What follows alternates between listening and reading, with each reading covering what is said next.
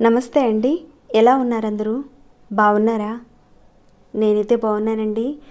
మీ అందరికీ అమ్మవారి ఆశీస్సులు ఎల్లప్పుడూ ఉండాలని కోరుకుంటూ, మన సనాతన ధర్మంలో మన పూర్వీకులు, పెద్దలు, ఋషులు అనేక రకాలైన విషయాల మీద ఎన్నో పరిశోధనలు చేసి వాళ్ళు మన ముందుకు పరిహారాలు తీసుకొచ్చారు. ఎన్నో పరిహారాలు ఉన్నాయి. అందులో ముఖ్యంగా మన ఇంట్లో ఉండే వంటగది, పూజ గదికి మనం ఎంత ఇంపార్టెంట్ ఇస్తామో అదేవిధంగా మన వంటగదికి కూడా ఇవ్వాలి. మన వంటగది ఏ విధంగా ఉంటే ధనరాబడి పెరుగుతుంది, మనం అభివృద్ధిలోకి వెళతాము, అలానే మన కుటుంబం, మన పిల్లలు కూడా అభివృద్ధిలోకి వస్తారు. ఇదంతా కూడా తెలుసుకుందాం. సరే, ముందైతే వంటగది ఎలా ఉండాలి, అలానే వంటగదిలో చేయవలసిన ఒక చిన్న పరిహారం కూడా మీరు చేసుకుంటే ఇక తిరుగుండదని చెప్పుకోవచ్చు. మరి ఆ పరిహారం ఏంటో చూసే ముందు ఒక చిన్న రిక్వెస్ట్ అండి. ఈ వీడియోకి ఒక చిన్న లైక్ చేయండి. సబ్స్క్రైబ్ కాకుండా కొత్తవారు వచ్చి ఎవరైనా చూస్తుంటే మన ఛానల్లో అనేక రకాలైన సమస్యలకు సంబంధించిన పూజలు, పరిహారాలు ఉన్నాయండి. మీరు ఒకసారి ఛానల్లోకి వెళ్ళి చూసి మీ సమస్యకు సంబంధించిన ఒక పరిహారాన్ని ఎంచుకొని మీరు ప్రయత్నం చేయండి. మీరు చేసిన తర్వాత మీకు వచ్చిన మార్పుని, రిజల్ట్ని నాతో షేర్ చేసుకోవడం మాత్రం మర్చిపోకండి. అలానే ఈ వీడియోని ఎండింగ్ వరకు చూడండి, అన్ని విషయాలు తెలుస్తాయి. సరేనండి, ఇక పరిహారం మాటకి వింటూ చూద్దాం. మన పూజ గదిని మనం ఎంత శుభ్రంగా ఉంచుకుంటామో మన వంటగదిని కూడా అంతే శుభ్రంగా ఉంచుకోవాలి. అలా ఉంచుకుంటే మన మానసిక స్థితి అనేది బాగుంటుంది. అంటే మీరు ఒకసారి వంటగదిని చూడగానే అది పూర్తిగా శుభ్రంగా ఉంటే మన మనసు కూడా అంతే మానసికంగా సంతోషంగా ఉంటుంది. అంతే కదండి. మామూలుగా మనం ఏం చేస్తాము, ఉదయమైనా సరే రాత్రైనా సరే సింకులో ట్యాప్ ఉంటుంది. చాలా వరకు కొందరిళ్లల్లో ఆ ట్యాప్ నుంచి వాటర్ అనేది లీక్ అవుతూ ఉంటుంది. మీకు తెలిసే ఉంటుంది.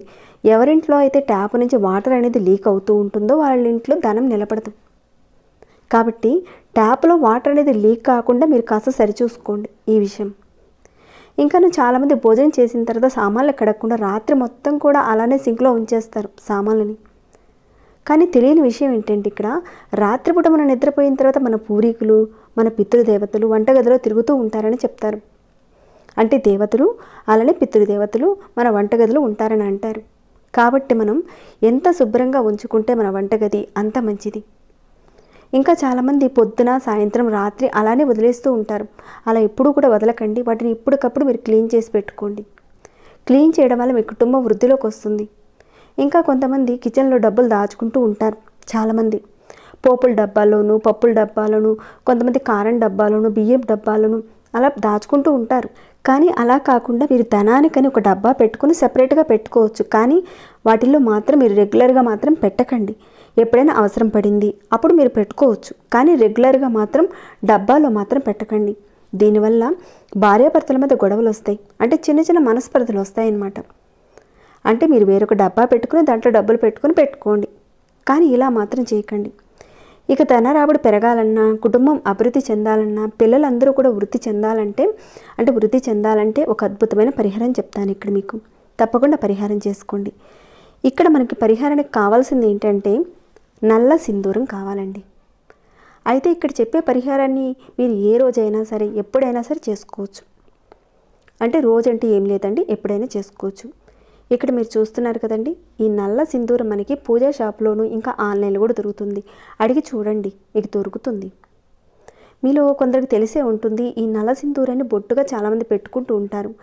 అలా వాళ్ళు బొట్టు పెట్టుకున్న బొట్టును చూసి చాలామంది కాటుకు అనుకుంటారు. అది కాటుకు కాదండి, నల్ల సింధూరం. నల్ల సింధూరాన్ని బొట్టుగా పెట్టుకోవడం వల్ల ఏవైతే నెగిటివ్ శక్తులు ఉంటాయో, అంటే జాతకంలో ఉండే లోపాలు కావచ్చు, శనిగ్రహ దోషం ఉన్నవాళ్ళు వాళ్ళు పెట్టుకుంటూ ఉంటారు. ఇంకా దిష్టి దోషం అనేది తగలకుండా ఉండడానికి కూడా ఈ నల్ల సింధూరాన్ని పెట్టుకుంటారు. ఇంకా మీలో కొంతమందికి తెలిసే ఉంటుంది, పాండురంగ స్వామి గుడిలో కొంతమంది ఈ నల్ల సింధూరాన్ని నుదుటిని పెట్టుకుంటూ ఉంటారు. కారణం ఏంటంటే పూర్వకర్మ దోషాలు పోవాలని అలా పెట్టుకుంటూ ఉంటారు. చాలా మంచిదండి. ఇక్కడ మీరు చూస్తున్నారు కదండి, ఇది ఒక్క ప్యాకెట్ పౌడర్ అండి. కనీసం మనకి ఒక 5 రూపాయలు కానీ 10 రూపాయలు కానీ ఉంటుందండి. ఆ మాత్రం పడుతుంది. మీరు ఒక రోజున ఈ సింధూరాన్ని కొనుక్కొచ్చుకోండి. కానీ మీరు ఈ సింధూరాన్ని మీ ఇంటికి కొనుక్కొచ్చుకొని తీసుకొచ్చేటప్పుడు ఈ రకంగా కొనుక్కోవడానికి వెళుతున్నాను అని మాత్రం ఎవరికీ చెప్పకండి. ఇలా ఎందుకు చేస్తున్నాం అనేది కూడా చెప్పకండి. ఆడవారైనా మగవారైనా పరిహారం చేసుకోవచ్చండి.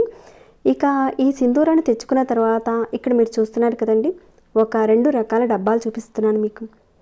ఇలాంటి చిన్న చిన్న డబ్బాలు మనకి బయట మార్కెట్లో దొరుకుతాయండి. లేదంటే కర్పూరపు డబ్బాలు ఉంటాయి కదండి, అంటే మనం కర్పూరం ఉపయోగించిన తర్వాత ఖాళీగా పడి ఉంటాయి కదా ఇంట్లో ఉన్న డబ్బాలే, అంటే మనం స్పెషల్గా బయట నుంచి కొనుక్కునే అవసరం లేదు. ఈ డబ్బాలోనే మనం ఈ పరిహారం చేసుకోవచ్చు. ఒకే ఒక డబ్బా తీసుకోండి, ఈ మాత్రం చాలండి. చిన్న డబ్బా తీసుకోండి, దాంట్లో కొద్దిగా ఈ సింధూరాన్ని పెట్టండి. మరీ ఎక్కువ అవసరం లేదండి, కాస్తంత పెట్టండి సింధూరాన్ని.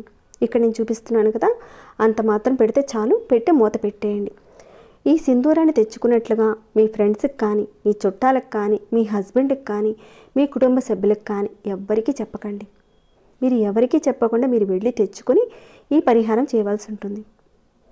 ఈ విధంగా మీరు ఈ బాటిల్లో వేసిన తర్వాత మీ వంటగదిలో ఎక్కువగా టచ్ చేయని ప్రదేశం ఉంటుంది కదండి, అంటే ఎవరూ చూడని ఒక ప్రదేశం ఉంటుంది కదా, అక్కడ పెట్టండి. అయితే ఈ నల్ల సింధూరంతో పాటే ఒక ఉల్లిపాయ కూడా తీసుకోండి. కాస్త చిన్నపాటి ఉల్లిపాయ తీసుకోండి, పెద్దది అవసరం లేదు. కాస్త చిన్నది తీసుకొని దాన్ని సగానికి ఇక్కడ చూపించిన విధంగా కట్ చేయండి. అయితే ఈ పరిహారం విషయంలో మీరు రోజు, వారము, నక్షత్రం ఇలాంటిది ఏది కూడా చూసుకునే అవసరం లేదండి, ఎప్పుడైనా చేయొచ్చు. మీకు ఏదైతే ఒక ప్రదేశంలో, అంటే వంటగదిలో ఎక్కడైతే మీరు ఎవరూ కూడా ముట్టని, ఎవరూ చూడని ఒక ప్రదేశంలో ఆ డబ్బాని పెట్టి, ఆ డబ్బా పక్కనే ఈ కట్ చేసిన ఉల్లిపాయ ముక్కను పెట్టండి. ఇక్కడ జస్ట్ మీకు ఎగ్జాంపుల్గా చూపిస్తున్నాను, మీకు అర్థం కావాలని. ఎవరూ చూడని ఒక ప్రదేశంలో పెట్టండి వంటగదిలో. అలా పెట్టిన తర్వాత ఒక వారం రోజులు అయిపోయిన తర్వాత ఆ ఉల్లిపాయను తీసి ఎవరికీ చెప్పకుండా ఒక డస్ట్బిన్లో వేసేయండి. ఈ కట్ చేసిన ఆ ఉల్లిపాయ ముక్కను మాత్రం ఎట్టి పరిస్థితుల్లోనూ ఇంట్లోకి వాడుకోకండి, డస్ట్బిన్లో పడేయండి. ఇక సింధూరం డబ్బా ఉంది కదండి, దాన్ని 3 నెలలకొకసారి మీరు మార్చుకోండి. అంటే 3 నెలల వరకు కూడా మీరు డబ్బాని కదపని అవసరం లేదు, అది ఎక్కడుందో అక్కడే ఉంచేయండి. కానీ మీరు వారానికి ఒకసారి ఈ ఉల్లిపాయ ముక్కను మాత్రం పెడుతూ ఉండండి. ఒకవేళ ఈ 3 నెలలలోపు ఎవరైనా చూశారు ఆ డబ్బాని, అప్పుడు ఆ సింధూరాన్ని మార్చుకొని మళ్ళీ ఇదే విధంగా మొదలు పెట్టాలి. మీరు ఉల్లిపాయను మాత్రం ప్రతి వారం కట్ చేసి పెడుతూ ఉండండి. వారం అయిపోయిన తర్వాత దాన్ని తీసి డస్ట్బిన్లో వేస్తూ ఉండండి. కానీ సింధూరాన్ని మాత్రం 3 నెలల వరకు మాత్రం తప్పకుండా అక్కడే ఉంచండి.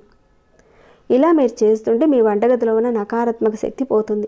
ఎప్పుడైతే నకారాత్మక శక్తి పోతుందో ఇంట్లో అభివృద్ధి వస్తుంది, ధన రాబడి పెరుగుతుంది, మీ భర్త ఆదాయం పెరుగుతుంది, పిల్లల చదువుల్లోనూ మానసిక స్థితి అన్నీ కూడా సక్రమంగా వస్తాయి.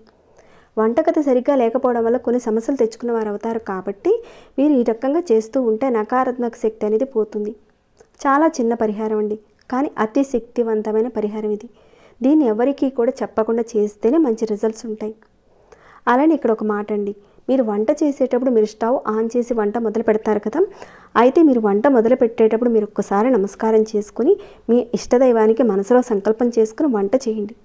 దీనివల్ల మనం తీసుకునే ఆహారం ఎంతగా మన మీద పనిచేస్తుందంటే అది అమృతంతో సమానమవుతుంది. కానీ మీరు పొరపాటున వంట చేసేటప్పుడు మాత్రం వాళ్ళు గుర్తొచ్చారు, వీళ్ళు గుర్తొచ్చారని ఏదో ఒకటి ఆ భర్తని, పిల్లల్ని, పక్కింటి వాళ్ళని, ఎదురింటి వాళ్ళని, అలా వాళ్ళని వీళ్ళని తిడుతూ వంట చేయడం మాత్రం చేయకండి. ఎంత తక్కువగా మీరు మాట్లాడి మీరు వంట చేస్తే అంత అద్భుతంగా ఉంటుంది.